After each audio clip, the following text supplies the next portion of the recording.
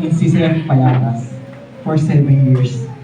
Let us all welcome Brother Rod Almon. Ayan, magandang umaga po sa inyo lahat mga kapatid. Naniniwala ka ba na ikaw ay mapalad ngayong araw na to dahil nandito ka? Amen?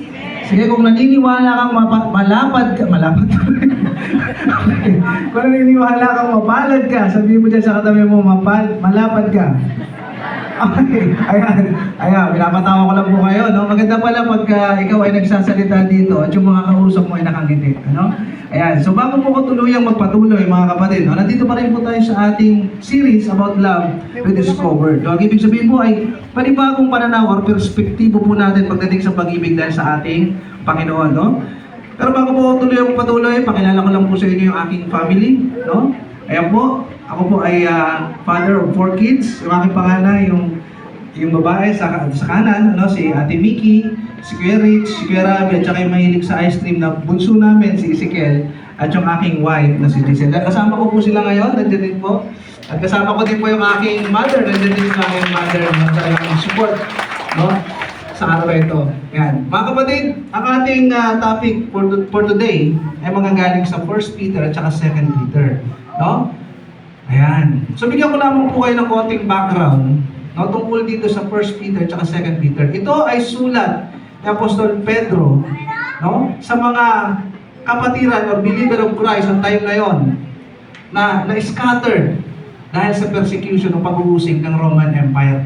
So ibig sabihin, sila ay kumalat dahil sa persecution ng Roman Empire. Kaya ito gusto niya i-encourage, no, yung mga kapatiran that time, no, na nagkalat. Ito yung ilan sa mga dinanas nila, no, ng mga panahon ngayon. Yan. Alam niyo, napanood niyo yung Gladiator? Yan, diyan sila pinapakain sa leon. Alam niyo nung binabasa ko to, dito na test, no, yung pananampalataya itong mga sinaunang Kristiyano. Alam niyo kung bakit? Kasi nung time na yon, sasabihin lang nila na yung Caesar, yung emperador, no, sa mga lalaki, hindi ito yung emperador na iniisip niyo, ha? Okay? Emperor ito sa English, no? Noong time na yun, si Emperor Nero, noong time nila, around 60 AD or 60 plus AD. No? So, sasabihin lang nila na, sige, tanggi mo yung faith mo tungkol sa Panginoong Jesus at sabihin mong Diyos. Kasi ang Emperor noong time na yun, ay ang Caesar, noong time na yun, tinuturing nilang Diyos. No? Ang sabi nila, ituring mong Diyos si Caesar, sabihin mong siya ay Diyos, pagkawalan ka namin. Pero alam niyo na-test yung faith nila, hindi nila itinanggin ang Panginoong Jesus ay Diyos at kanilang sariling tagapagligtas. No? So ito yung mga sinapit nila, iba, dinidingasan pa, ginagawang pailaw sa mga kalsada. No, yan yung naranasan ng mga sinaunang Kristiyano. Ano pa? Ito pa.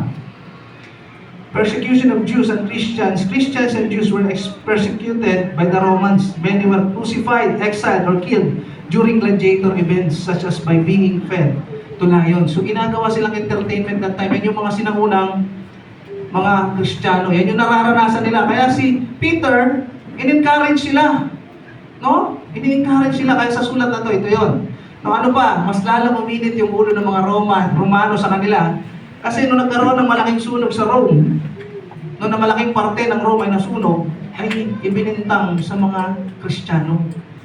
Kung kaya sobrang tindi ng pag-uusig at saka persecution yung naranasan nila that time. Now ngayon, bigyan ko kayo ng konting background ng 1 Peter chapter 1. No? So ito yon. Sabi rito, isinulat para sa mga mananampalataya ni Kristo na nakakalat sa malayong bahagi ng imperyo ng Roma. Asia Minor ngayon ay modern day Turkey. No? So, alam niyo, nung binabasa ko to at pinag-aaralan ko, sabi ko, ito ay pinahintulutan ng Panginoon. Alam niyo kung bakit? Kasi dahil sa pagkakalat nila, scatter sila, mas lalong lumaganap yung gospel. Mas lalong maraming tao yung nakakilala sa ating Panginoong Jesus. And sometimes ganun tayo, Lord, ang ganda-ganda nung trabaho ko doon, ba't tinanggal mo ko doon? Ba't nalipat ako sa iba? No? Bisa ganun tayo, no? Kasi ang nakikita lang natin ay yung maliit na parte. Pero ang Panginoon ay nakikita niya yung simula at saka yung wakas. Kasi siya yung Alpha at ang Omega. Yan, siya ang Alpha at Omega. And sometimes nilalabas pala tayo doon ng Panginoon kasi may plano pala siyang gawin sa ating buhay. Baka may pinagagawa rin siya sa iyo doon, ay kalat mo yung gospel. Amen? Ano pa sabi dito? Pag-asa ng kaligtasan sa kagandahang loob ni Kristo. Ang sabi niya, alam nyo, mamatay man tayo, sabi ni Peter, tiyak naman yung ating kaligtasan sa Panginoong Jesucristo. Kasi dahil sa ating pananampalataya at sa kanyang grasya, kaya mamatay man tayo, alam natin na makakasama natin siya someday sa paraiso. Yun yung sinasabi niya rito.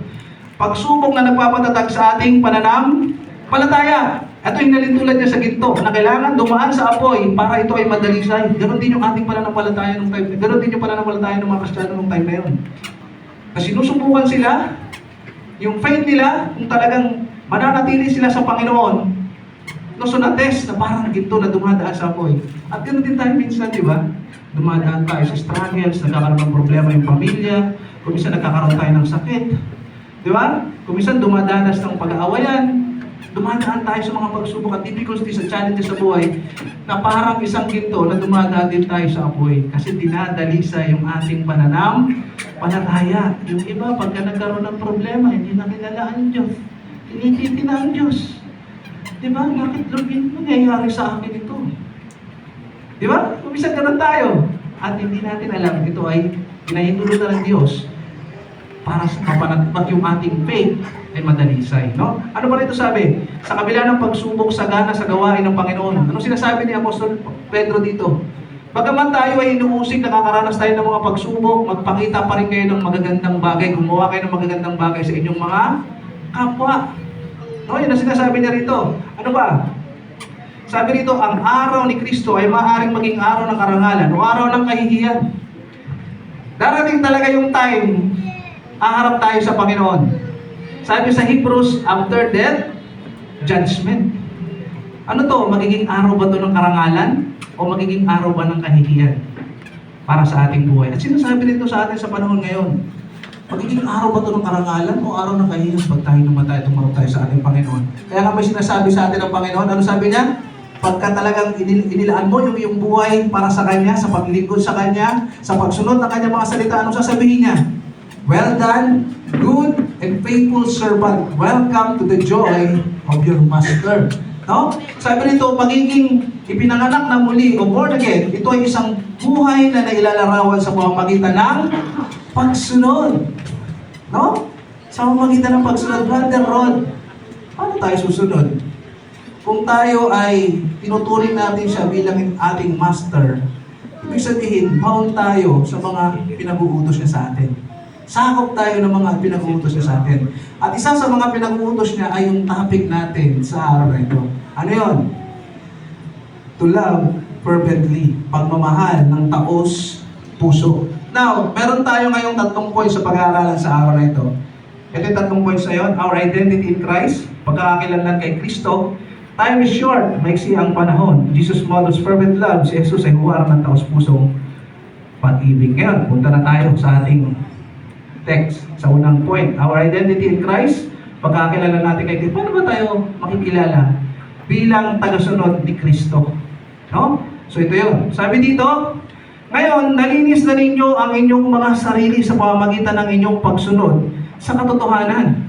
So ibig sabihin pala, sa patuloy nating pakikinig ng salita ng Panginoon, sa patuloy nating pag-aaral ng salita ng Panginoon, dapat nagkakaroon ng transformation sa ating buhay. So hindi lamang ito information, kundi nagkakaroon tayo ng transformation sa ating buhay, mga kapatid. Doon tayo, yan yung identity natin sa Panginoon.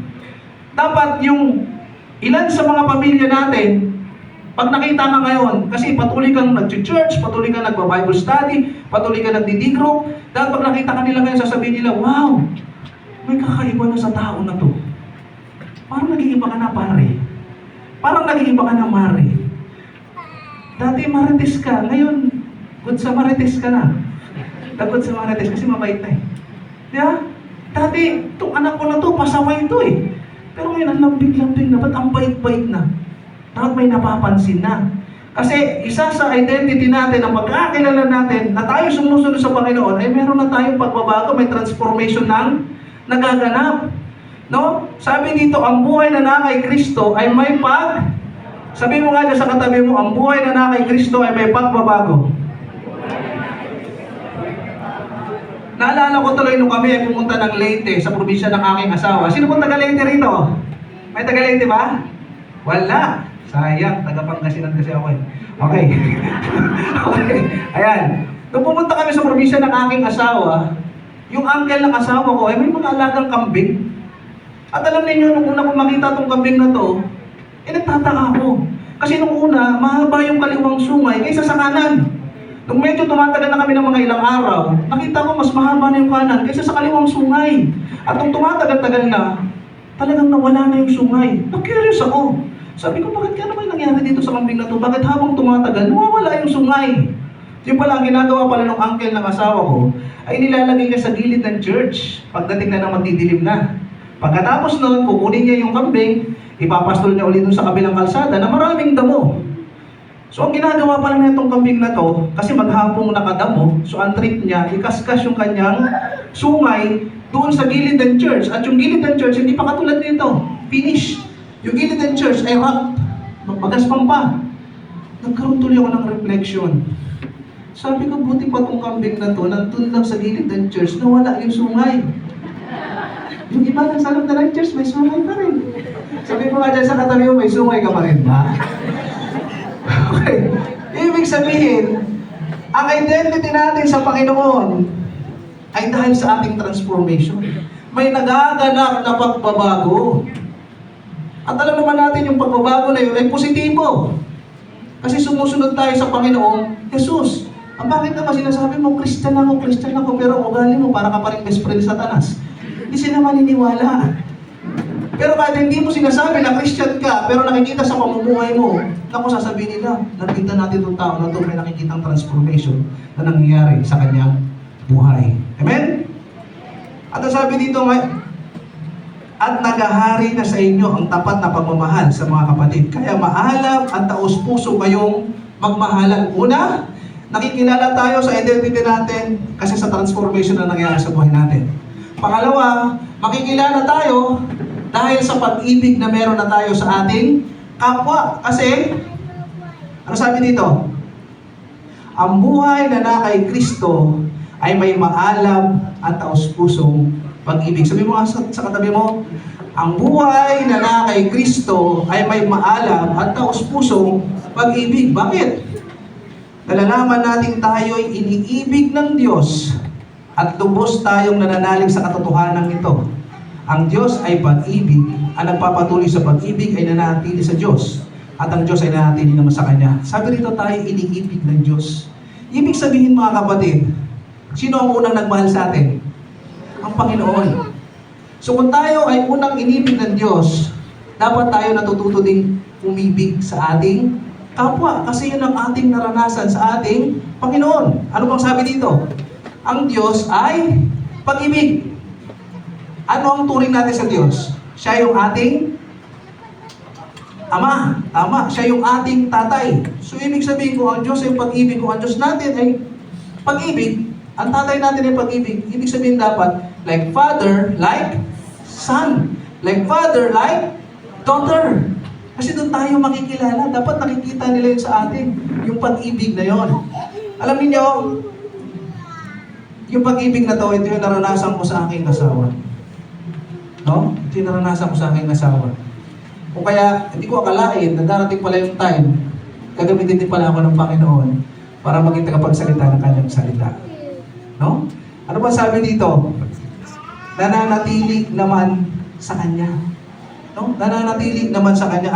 Sabi nito, ang nagpapatuloy sa pag-ibig ay nananatili sa Diyos at ang Diyos ay nananatili naman sa Kanya. Ibig sabihin pala, ang pagiging Kristiyano ay hindi mo mapepeke. Hindi mapepeke kasi makikita yon sa iyong buhay. Sa action mo, sa iyong buhay.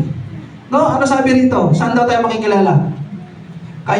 Kung kayo'y mag-iibigan, makikilala ng lahat na kayo'y mga alagad ko, hindi tayo makikilala dahil pare-paras tayo ng damit, nakakurbata tayo, o pare-paras tayo ng buhok, hindi tayo makikilala. Saan tayo makikilala?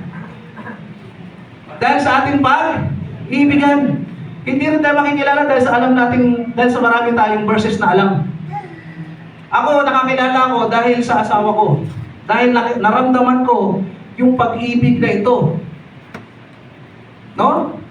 Ako po, dumaan din po ako sa buhay na sobrang matindi. No, may mga kalokohan din po ako. Galing ako ng bar, galing po ako ng suganan, galing po ako ng inuman. Hindi po ako nakakilala dahil sa verses, kundi sa pag-ibig na pinakita sa akin ng misis ko. Kasi pag kumakatok po ako, hindi naman niya po sinasabi, kumatok po ako. Lasing ako eh. Alam ko naman buksan niya yung pinto. For God so loved the world, that He gave His only, di ba? Hindi ako doon nakakilala eh. O kaya naman, uupo na ako, tapos hahainan niya ako ng pagkain, bibigyan niya ako ng pagkain. Hindi ako nakakilala sa verse. Alam ko naman sabihin niya, seek ye first the kingdom of God and His righteousness, and all these things shall be added. Hindi po ako doon nakakilala. Pero alam niyo, pag pumatay ko sa pinto namin, sasabihin niya, oh, parang lasing ka. Kumain ka na ba? Gusto mo magkape? Sabi ko, lasing ako, pero naintindihan ko itong ginagawa niya sa akin eh. Iba yung pag-ibig na pinaparamdam niya sa akin eh. Alam niyo, kuminsan, uupo pa ako, no? Sa mga nakaranas ng pag-iinom dito, kuminsan, di ba? Tamad na tamad ka pa, sumuka doon sa dapat mong suka. Doon ka pa mismo eh, susuka. Alam ba, ayusin niya pa yun. At wala akong naririnig na reklamo. At titignan ko na lang siya kasi nga madaling araw siya naghintay sa akin, pagod. Makikita ko nakahiga siya.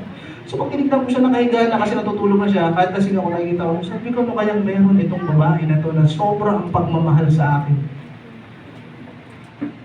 At doon ko nalaman na meron pala siyang Kristo, kaya pala meron siyang pag-ibig. At ito yung resulta ng pag-ibig, kaya ako nagagamit ngayon ng Panginoon. Sige po, palapakan natin ang Panginoon. Kaya kayo mga kapatid, gano'n sa mga wives na nandito, kung meron kayong asawa na kagaya sa akin dati, pakitaan mo ng maganda. Kasi yung iba kasi pagbukas mo lang pito, kaya tuloy yung asawa. Lalo tuloy nagpapatuloy, no? Okay? So, yun lang ang aking kwento, no? Kaya ito, gagamit tayo ng Panginoon, no? So, nakikilala tayo, sabi rito, a gesture of love will lead people to know Christ. At dyan, yun ang nangyari po sa akin, no? At sinasabi rito, kapag tayo nasa Diyos na raw, tayo bago ng nilalang. Ano sabi? Kaya kung nakipag-isa na kay Kristo ang isang tao, isa na siyang bagong, wala na ang dati niyang pagkatao sa halip, ito'y napalitan na ng, ang tanong ngayon yung katabi mo, bago ka na ba? Di ba? Kung dati masungit ka, kung dati magagalitin ka, kung dati hindi ka humingiti, dapat ngayon bago ka nang nilalang kasi na kay Kristo ka na. Kasi yan ay bunga ng banal na Espiritu. Ano ba yung bunga ng banal na Espiritu? Ngunit ang bunga ng Espiritu ay pag-ibig, kagalakan, kapayapaan, pagtitiis, kagandahang loob, kabutihan, pananampalataya, kaamuhan, pagpipigil sa sarili, walang kautusan laban sa mga bagay na ito. Alam niyo, yung pinag-aaralan ko ito, sabi ko, bakit nauna yung love? Bakit nauna yung pag-ibig?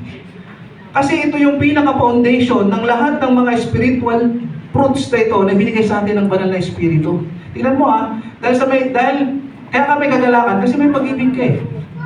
Kaya kami kapayapaan kasi may pag-ibig ka. Kaya kami pagtitiis kasi may pag-ibig ka. Kaya kami kagandahang loob, may kabutihan ka kasi may pag-ibig ka. Kaya kami pananampalataya kasi may pag-ibig ka sa Diyos. Kaya kami kaamuhan at pagpipigil sa sarili, hindi ka basta-basta nagagalit kasi may pag-ibig ka sa kapwa. At kaya kung bagong nilalang na tayo, dapat meron na tayong pag-ibig kasi yan ang pagkakakilanlan sa atin. Yan yung identity natin sa ating Panginoong Jesucristo. No, sabi dito, makikilala tayo ng lahat na tayo ay mga anak ng ating Panginoon dahil sa pag-ibig na pinamamalas natin sa ating kapwa. Dahil sa pag-ibig na halimbawa ni Kristo at magre-resulta sa pagkakilala nila sa Diyos. Kaya pupunta tayo po sa pangalawang point natin, mga kapatid. Time is short, maiksi ang panahon. Sobrang iksi ng panahon. Ilang taon ang binibigay sa atin ng Diyos para mabuhay sa lupa? Yung pinaka-maximum. 70? Gusto nyo na 70? Okay. Ang binibigay sa atin ay 120 years old. At alam niyo ang lifespan average ng Pilipino? 72 to 73 years old. Kaya kung lagpas ka na ng 73 ngayon, ay sobrang pagpapala na yan ng Panginoon sa ating buhay. No, napakaiksi ng buhay sa mundong ito. At pag nalaman mo maiksi ang buhay sa mundong ito, dapat mo itong magamit sa pinakamahalaga at pinaka-importante na yung may value, no, sa buhay na ito. No? Ngayon, sabi rito, kaya kahit na alam na ninyo ang katotohanan ng inyong tinanggap, at matatag na kayo dito, lagi ko pa rin kayong paalalahanan tungkol dito. Tingnan niyo yung buhay ni Peter Sa First Peter, hindi pa siya doon nakakulong. Etong Second Peter, nakakulong na siya dito. Alam niyang maiksi na lang yung kanyang buhay. Maiksi na lang yung kanyang buhay dito. Kaya sabi niya, may salitang kaya sa umpisa, di ba? Kasi alam niyang may katapusan ang buhay. Ito pinakamaganda, mga kapatid. Mas mapapahalagaan mo yung oras mo pag alam mong limitado ito. Amen? Sa probinsya ng asawa ko, may unlimited na tubig doon, galing bundok. Hindi mo pinapatay kasi unlimited naman eh. Pero pag alam mong ito ay galing sa Maynila, ano gagawin mo? Papatayin mo kasi ang mahal ng tubig. Di ba? At ganoon din tayo. Pag alam mong limitado lang tayo at mahalaga yung buhay, gagamitin mo to sa pinakamahalagang bagay. No? Kaya sabi rito, alam ni Peter kaya gumagawa siya ng mabuti. Sabi rito, sa ganitong paraan kayo'y malugod na papasukin sa walang hanggang kaharian ng ating Panginoon, na tagapagligtas ni Yesu Kristo. Kasi alam niya, na darating tayo, maharap tayo sa Diyos eh. Maharap tayo sa Diyos. Kasi meron tayong season sa buhay. May oras ng pagsilang. Sabi rito, ang lahat sa mundo ito ay may kanya-kanyang panahon. May kanya-kanyang oras, ang panahon ng pagsilang at panahon ng pagkamatay. May binanggit na dalawang salita, mga kapatid. Pagsilang at pagkamatay. Sa pagsilang at pagkamatay, yung gitna niyan, yan yung inyong buhay. Yan yung ating buhay. Ang tanong, saan mo gagamitin yan? Ang sabi ni Leonardo da Vinci, ano sabi niya? As a well-spent day brings happy sleep, so life well used brings happy death. Bakit happy death? Kasi wala kang regret. Pasensya na kayo, nabibilang ako. Okay. Walang regret. Ibig sabihin, talagang napulpil mo yung gusto mong gawin sa buhay. At hindi lamang yan yung mga pakamundong bagay. Kundi napulpil mo yung tamang purpose na binibigay sa'yo, yung layunin na binibigay sa'yo ng Panginoon. Kaya ka magkakaroon ng happy death. Yan yung sinasabi dyan. Sasabihin ng iba, Brother Rod, bata pa naman ako, tsaka naman, bata pa naman ako eh. Pero sigurado ka ba na haba buhay mo? No? Ano sabi ng Panginoon sa Bible? Sabi rito, alalahanin mo ang iyong malilikas sa panahon ng iyong kabataan. Bago tumating ang mga araw at taon na puno ng kaguluhan, panahon hindi mo na madama ang tamis ng mabuhay. Ito mga kapatid, sa mga kabataan na nandito, makinig kayo mga kapatid. Hindi aksidente na ikaw ay nakakilala sa Panginoon sa murang edad na yan. Bakit? Binibigyan ka ng Panginoon ng tsansa na mas mahabang panahon ka na makapaglingkod sa Kanya at may bahagi ang mabuting balita ang gospel. Kaya kung meron kang talento, ay gifts na binigay sa ng Panginoon, gamitin mo yan para sa paghahari ng Panginoon. Ito sasabihin ko sa iyo. Ito yung tamang investment na magagawa mo habang bata ka pa. Kasi ang sabi sa Bible, mag-ipon daw tayo ng mga bagay na hindi nasisira. At ito yung bagay na yun. Yung makapaglingkod tayo sa Panginoon habang bata pa tayo. No?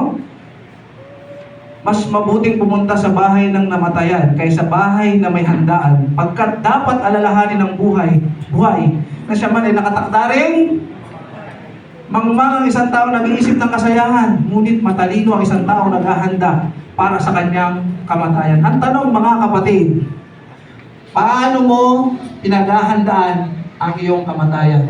Brother Rod, nag-iipon ako ng maraming kotse, nag-iipon ako ng mga mansyon, nag-iipon ako sa bank account ko. Pag namatay ako, di po masama yan. Kasi kung marami po kayo niyan, bigyan niyo po ako. Pero kung uubusin mo yung oras mo, panahon mo para sa paghahanda ng mga bagay na yan at inubos mo na yung lakas mo para lang sa mga bagay na yan, may empty pa rin yung puso natin. Emptiness pa rin. Bakit? Kasi magkaroon ka man ng maraming kotse, hindi pa rin mapupuno yung puso mo. Bakit? Yung puso mo kasi hindi naman yan parking lot. Magkaroon ka man ng maraming bahay at mansyon, hindi pa rin mapupuno yung puso mo kasi ang puso mo naman hindi naman yan subdivision. Magkaroon ka man ng maraming pera, hindi pa rin mapupuno yung puso mo kasi ang puso mo hindi naman yan bank account. At alam mo kung sino lang makakapuno sa puso mo? Ang Diyos, ang Panginoong Jesus. Kaya paghandaan natin yung ating kamatayan na may Diyos at may Jesus sa ating puso. Amen? Ano sabi dito? Ito, awit ni Moses to eh. Awit ni Moses. Sabi niya, kaya ituro mo sa amin ang pagbilang ng aming mga kaarawan upang kami mga tamo sa amin ng pusong may karunungan. Alam natin si Moses, napakaraming sablay na nagawa. May isang time sa Bible, may isang account sa Bible, nakalagay doon, yung mga Israelites that time, kasi nasa wilderness sila, ilang araw lang dapat nila marating yung Kanaan, yung Promised Land. 40 days. Pero ilang years sila tumagal? 40 years sa katigasan ng ulo. Talaga may katabi mo, matigas pa ulo mo? Kaya hindi ka nakakarating agad sa pupuntahan mo eh. Di ba? Ito yung nangyari. Sabi ng mga Israelites that time, Moses, dapat nandun lang kami sa Egypt eh. Kasi sa Egypt, nakakakain kami karne, hindi kami nauuhaw. Dito, mamamatay kami sa uhaw eh. Dapat tinayaan mo na lang kami doon. Si Moses at itong kapatid niyang si Aaron, lumapit sa Panginoon. Binigyan sila ng payo ng Panginoon. Ano sabi nila? Sabi ng Panginoon sa kanila, Moses, di ba may tungkod ka? Pagsalitaan mo ang bato, lalabas yung tubig dyan. Sa inis ni Moses, anong ginawa niya rin sa bato? Pinalo niya. Sumunod ba siya sa utos?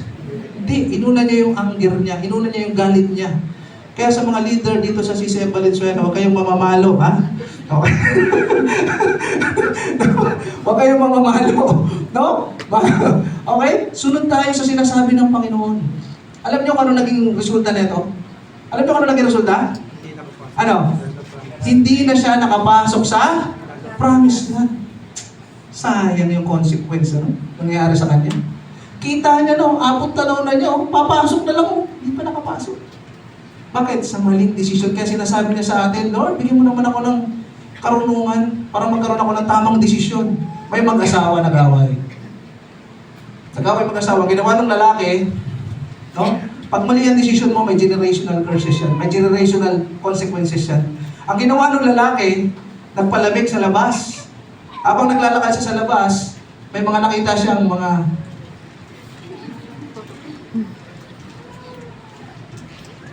at alam niyo na kung ano nangyari.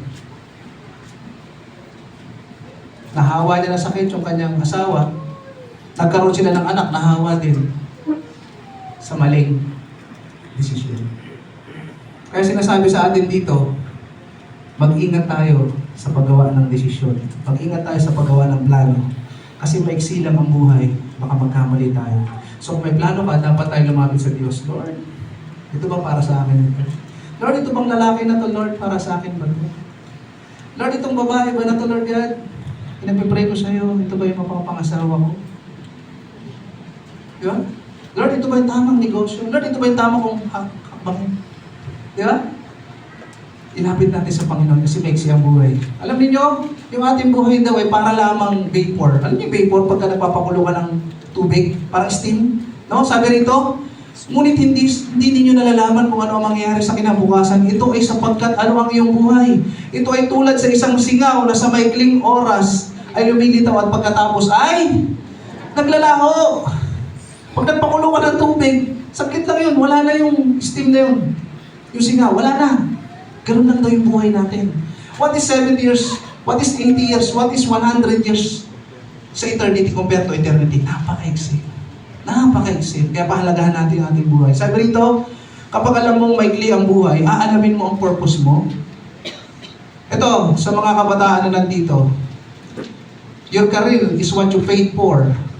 Pero yung calling mo is what you paid for. Kaya hanapin mo yung calling na yon. Ibigay mo sa Panginoon yon. I-offer mo yun sa mga brethren, sa mga kapatiran. Ito sasabihin ko sa iyo, pag ginawa mo yan, hindi ka nagkamali. Kasi dyan yung pinakamahalaga na paglaanan mo ng iyong oras. Hanapin mo yung purpose na yon. Kagaya na itong electric pan na nandyan, no? May electric pan mataya rito. Yung electric pan, hindi mo siya pwedeng gamiting washing machine. Bakit? Kasi masisira yung electric pan na yon. Ganun din tayo. Pag mali ang purpose na pinasok mo, hindi mo nagampanan yung purpose na yon, masisira din tayo. Hanapin natin yung purpose na yun. Kala ko nga dati, mag-aartista lang ako eh. Magiging preacher pala ako. Binikisi ko lang po kayo. Okay. Ayan. Papahalagaan mo ang mga makalangit na bagay. Yes! We are living in 2 aspects. Physical and spiritual. Hindi ko sinasabing masamang maghanda sa physical. O paglaanan mo ng oras yan kasi pagka hindi mo ginawa yan, wala kang pambayad ng Meralco at saka ng Maynila. Wala kang pantuition sa mga anak mo. Pero pinakamahalaga rin na huwag mong kalimutan yung spiritual mo. Kasi yan ang pupunta at babalik sa Diyos Ama. At yan yung haharap sa Kanya pagdating ng pag-uhukom. Kaya dapat paghandaan natin yun. May intindihan mo ang hindi tungkol sa iyo ang buhay na ito, kundi sa lumikha sa iyo. Pag alam mong maikli ang buhay, hindi lang tungkol sa ito eh. Lagi kasing ikaw eh. Laging I, me, mine, hindi. Magpasalamat tayo kasi binigyan tayo ng pagkakataong mabuhay sa mundong ito. Ang tanong, ano yung magagawa mong impact habang ikaw ay nabubuhay? No? Ano sabi dito? Ang taong alam na maikli ang buhay, gugugulin at ilalaan ng oras sa mga bagay na may halagang tunay. Kapag alam mong limitado ang buhay, hindi mo nagagamitin yan sa pagtatampo. Kasi yung asawa mo eh. Di ba? Hindi mo nagagamitin yan sa paggalitan, paggagalit-galit. Hindi na. Sa hindi magpapatawad, hindi mo nagagamitin yan. Ngayon kung tinatawag ka ng Panginoon, hindi ka na rin dapat tumanggi kasi tinatawag ka, binibigyan ka ng chance na makapaglingkod sa Kanya. Kung kau naman ay mag-asawa, hindi mo na gagamitin yung oras nyo sa pag-aaway na parehas na bagay. Siyempre mo, away ng away, parehas lang naman yung nag-aawayan. Yung channel, basketball sa basketball yun. Kung ikaw naman ay anak, napapahalagan mo ba yung mga magulang mo? Nabibigyan mo ba ng panahon yung magulang mo? Ako po, hindi po ako mayaman, wala po akong maraming pera. Hindi ko po mabibigyan yung magulang ko ng mga bagay na yan. Mukha lang po akong may datong kasi may dating. Pero, alam niyo kung ano kaya ko ibigay sa magulang ko yung oras, yung paglilingkod. Alam niyo yung father ko, pag kailangan niya ng driver, nagre-presenta ako mag-drive. Ako mag-drive. Pagdadrive kita. Kasi yung father ko 70 years old na. At hindi ko alam kung kailan siya kukunin, kaya lagi kong dalangin, Lord, bigyan mo pa siya ng ilang taon para makabawi ako. Kasi pag nawala yung ating magulang, hindi ka naman na makakabili ng magulang sa mall, sa palengke, hindi ka makakabili. Habang buhay na yan, wala nang magulang natin. Kaya sa mga anak, bigyan nyo ng panahon ng magulang nyo. May kasabihan tayo, aanuin mo ang damo. Patay ng kabayo. Give time to your parents. Give time to your parents. Kasi darating yung time, wala na talaga sila. Hindi natin sila makikita. Picture na lang. Wala na. Once in a lifetime lang magkaroon ng mga magulang. Sa ating mga magulang naman, saan mo inuubos yung oras mo? Sa pag-build ng business empire mo. Hindi ko sinasabing masama yan, pero baka ubusin mo na yung oras mo dyan, wala ka ng panahon sa iyong mga anak. Ilang reunions na, ilang outings na yung nalagpas mo dahil sa negosyo mo na hindi kasama yung mga anak mo. Ilang field trips na yung kasama mo dapat yung anak mo, pero hindi mo kasama dahil sa negosyo kasi mag-o-open ka. Kung minsan nakakalimutan mo na nga yung Sunday kasi sinasabi mo, kailangan mo bukas ako ng Sunday kasi malakas ang Sunday, maraming tao.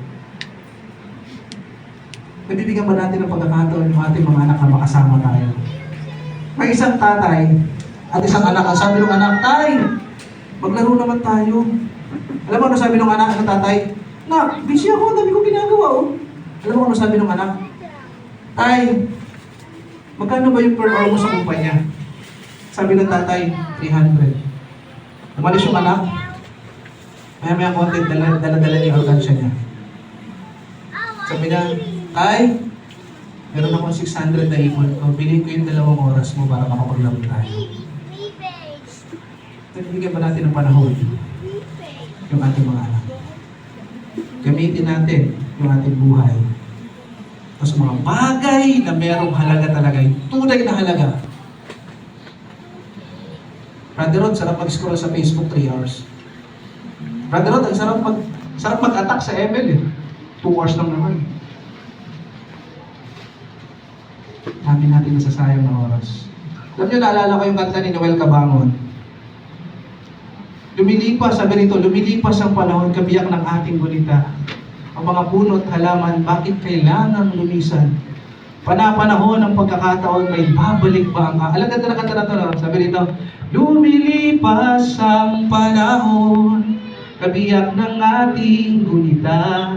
Ang mga puno at halaman, bakit kailangang lumisan? Panapanahon ng pagkakataon, may babalik ba ang kahapon? Alam nyo, mga kapatid, may season ng buhay. Panapanahon ang pagkakataon. At alam mo, pag pinalagpas mo yan, pag sinayang mo yan, hindi na may babalik yung kahapon. Sana, at the end of our lives, wala tayong regret. Kasi yung pagmamahal na magagawa natin sa ating mga anak, yung magagawa natin pagmamahal sa ating magulang, yung magagawa natin pagmamahal sa ating asawa, ibigay natin. At itong pinakamahalaga sa lahat, yung paglilingkod na magagawa natin sa ating Panginoon ay nagawa natin. Amen? Sabi mo sa katabi mo, mahalaga mo oras. Sabi rito, lagi ko pa rin kayong paalalahanan tungkol dito. Tingnan mo si Peter mamamatay na. Malapit na siyang mamatay. Pero lagi niya sinasabi, lagi ko pa rin kayong papaalalahanan. Yung kanyang buhay ay ginamit niya sa pagsiservisyo. At kung maiksi ang buhay, hindi lang ito tungkol sa atin, dapat gamitin mo rin ito sa pagsiservisyo. Bakit? Kasi ang Panginoon, in-example sa atin ng Panginoon Sabi niya rito, nang maugasan na ni Jesus ang kanilang mga paa, muli niyang isinuot ang kanyang balabal at nagbalik sa kinaupuan niya. Sinabi niya sa kanila, naunawaan ba ninyo kung ano ang ginawa ko sa inyo? Tinatawag ninyo akong guro at Panginoon at tama kayo, sapagkat ganoon nga ako. Kung ako nga ang Panginoon at guro ninyo ay naghugas ng inyong mga paa, dapat din ninyong hugasan ang mga paa ng isa't isa. Binigyan ko kayo ng halimbawa upang inyong tularan. Alam niyo ang Panginoon, nagsimula yung ministry niya at the age of 30. Ilang taon siya nung natapos yung ministry niya? 33. Ilang taon lang niya ginawa yung ministry? 3 years. Hindi mahalaga kung gaano kahaba yung buhay mo.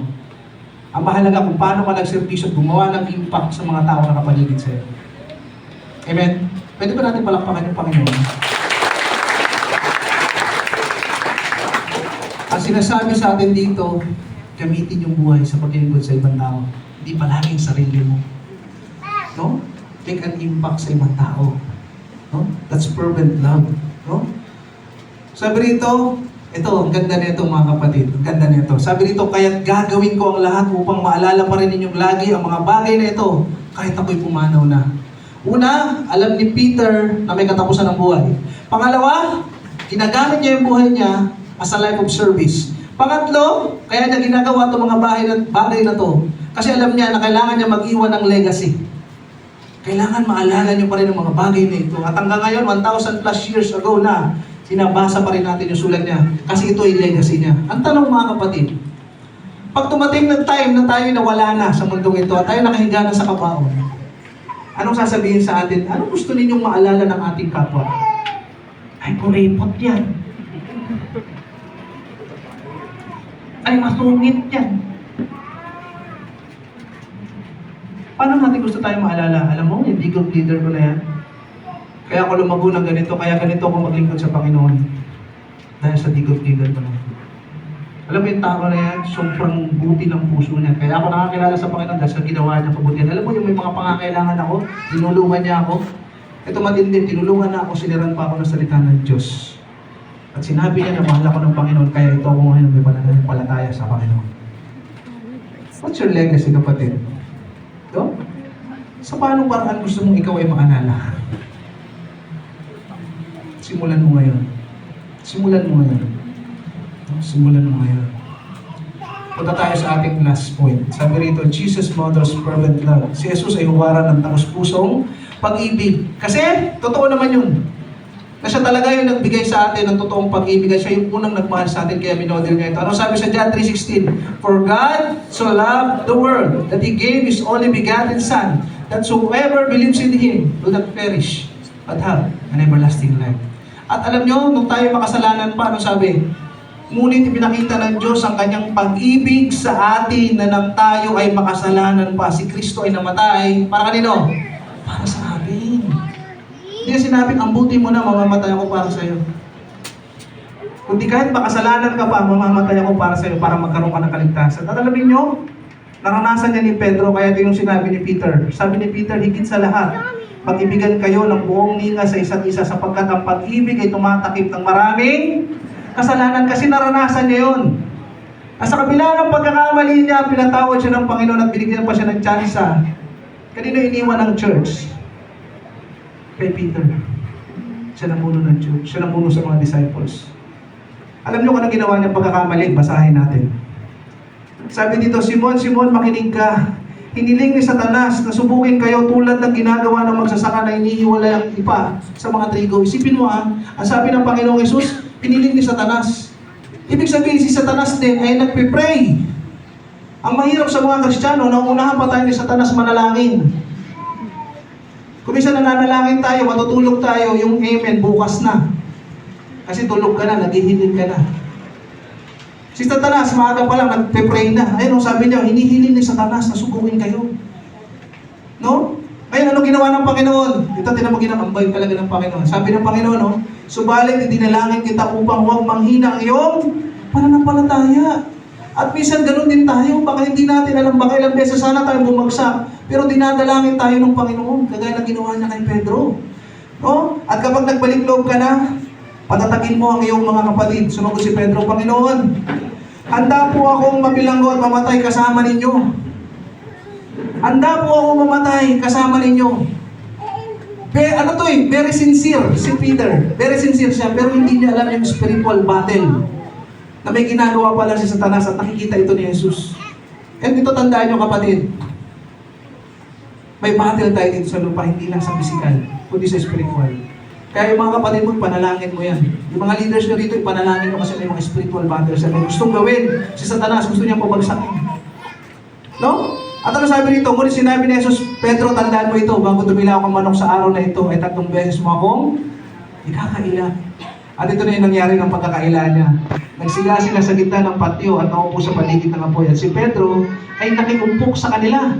Nang makita siya ng isang utosang babae, siya'y pinagmasdang mabuti. Pagkatapos ay sinabi ng babae, kasama rin ni Jesus ang taong ito.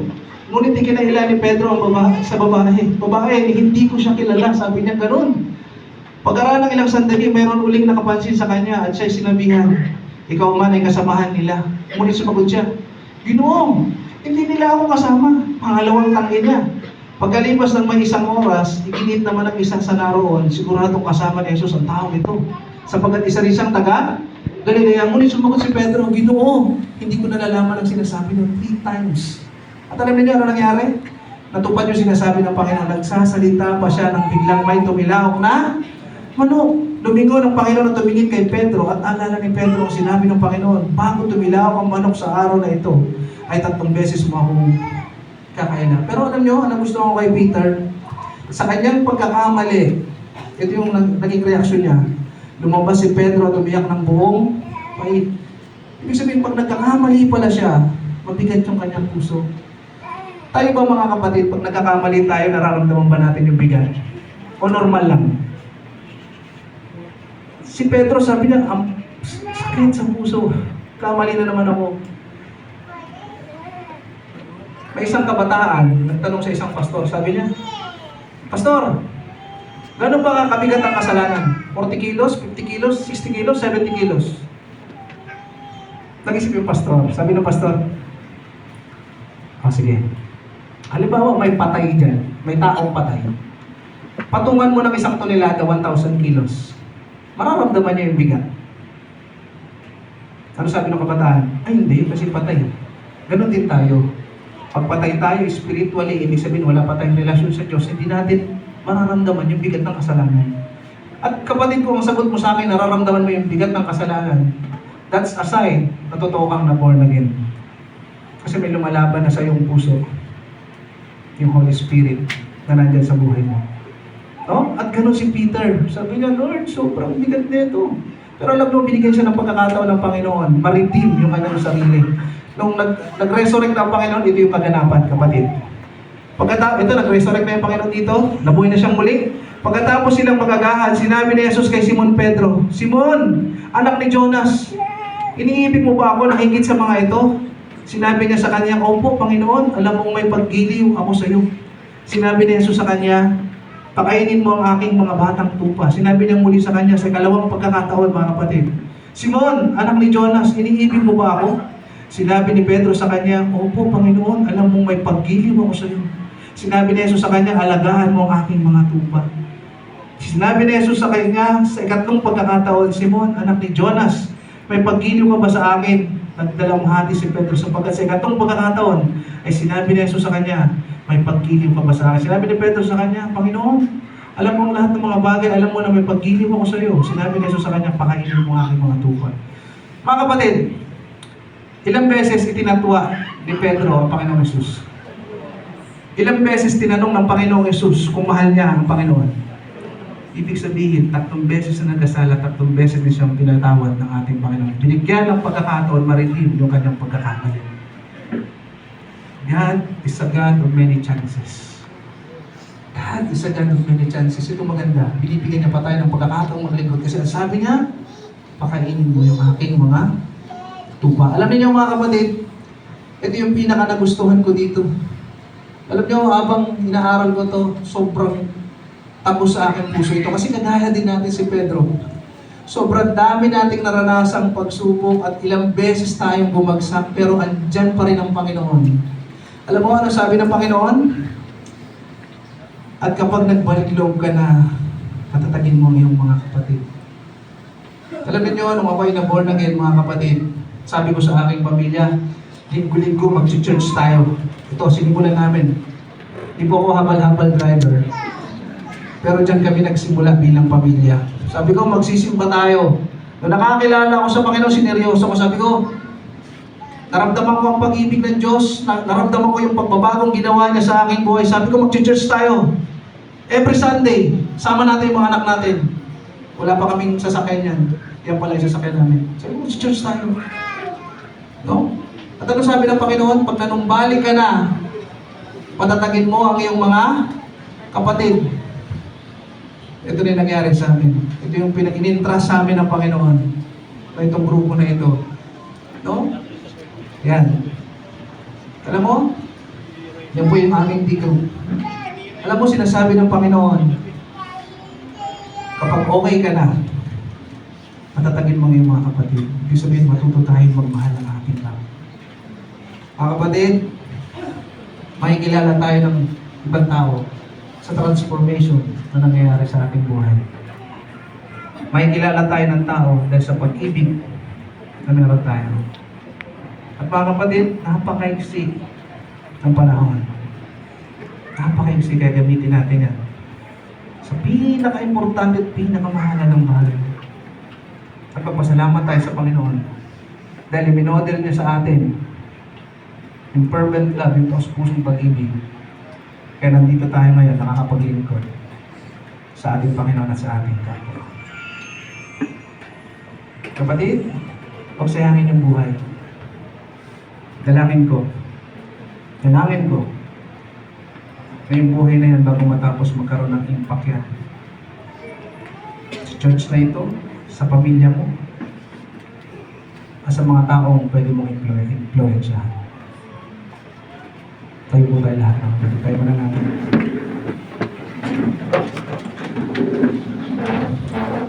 Salamat, Panginoon. Lord, dalangin namin, bigyan mo kami ng puso, ng obedient heart, Panginoon. Bigyan mo rin kami, Panginoon, ng mata at ang pusong kagaya mo kung paano mo kami tingnan ng makasalanan. Lord, ganyan din kami, Panginoon. Na magkaroon kami ng mata at puso na kagaya mo kung paano magmahal ng aming kapwa, Panginoon. Ganun din po yung ano gawa, Lord God. Lord, ituro mo sa amin, teach us to number our days so that we may gain the heart of wisdom, Panginoon. Lord, turo mo sa amin na maikli yung araw, Panginoon, yung aming panahon, yung aming taon sa mundong ito, Panginoon, para magawa namin kung ano yung pinagagawa mo sa amin sa mga mahalagang bagay, Panginoon. Pinaka-importanting bagay, Panginoon. At Lord, nagpapasalamat kami kasi minodel mo sa amin yung pag-ibig at ito'y nararanasan namin sa bawat araw. Kaya kami, Panginoon, ay may pagmamahal na rin sa aming kapwa, Panginoon. Kapatid, kung first timer ka ngayon, kapatid, at alam mo na wala ka pang relasyon sa Panginoon, kapatid, pwede mong simulan itong panalangin at sundan mo at matiyak natin yung relasyon na yan, no, sa ating Panginoong Hesus. Sabihin mo, Panginoong Hesus, inaamin kong ako'y makasalanan at kailangan ko ng iyong kapatawaran. Panginoong Hesus, naniniwala ako sa ginawa mo sa cross na dumanak ang iyong dugo para sa aking kabayaran ng aking mga kasalanan. Naniniwala din ako na pagkalipas ng 3 araw, ikaw ay nabuhay ng muli at naluklok sa kanan ng Ama. Lord, simula ngayon, Panginoong Hesus, ikaw ang kumontrol ng aking buhay. Pangunahan mo po ako na makasunod ako sa iyong kalooban. Tinatanggap kita bilang aking Panginoon at sariling tagapagligtas. Pangunahan mo po ako sa buhay na ito. At kung pinalangin mo yung panalangin niya, kapatid, ikaw ay naborn again. Lord, pinapupurihan ka namin, pinasasalamatan ka namin sa lahat ng bagay. Maraming salamat po. In Jesus' name we pray. Amen and amen. Let's move together as we sing this song as our response to the message of God.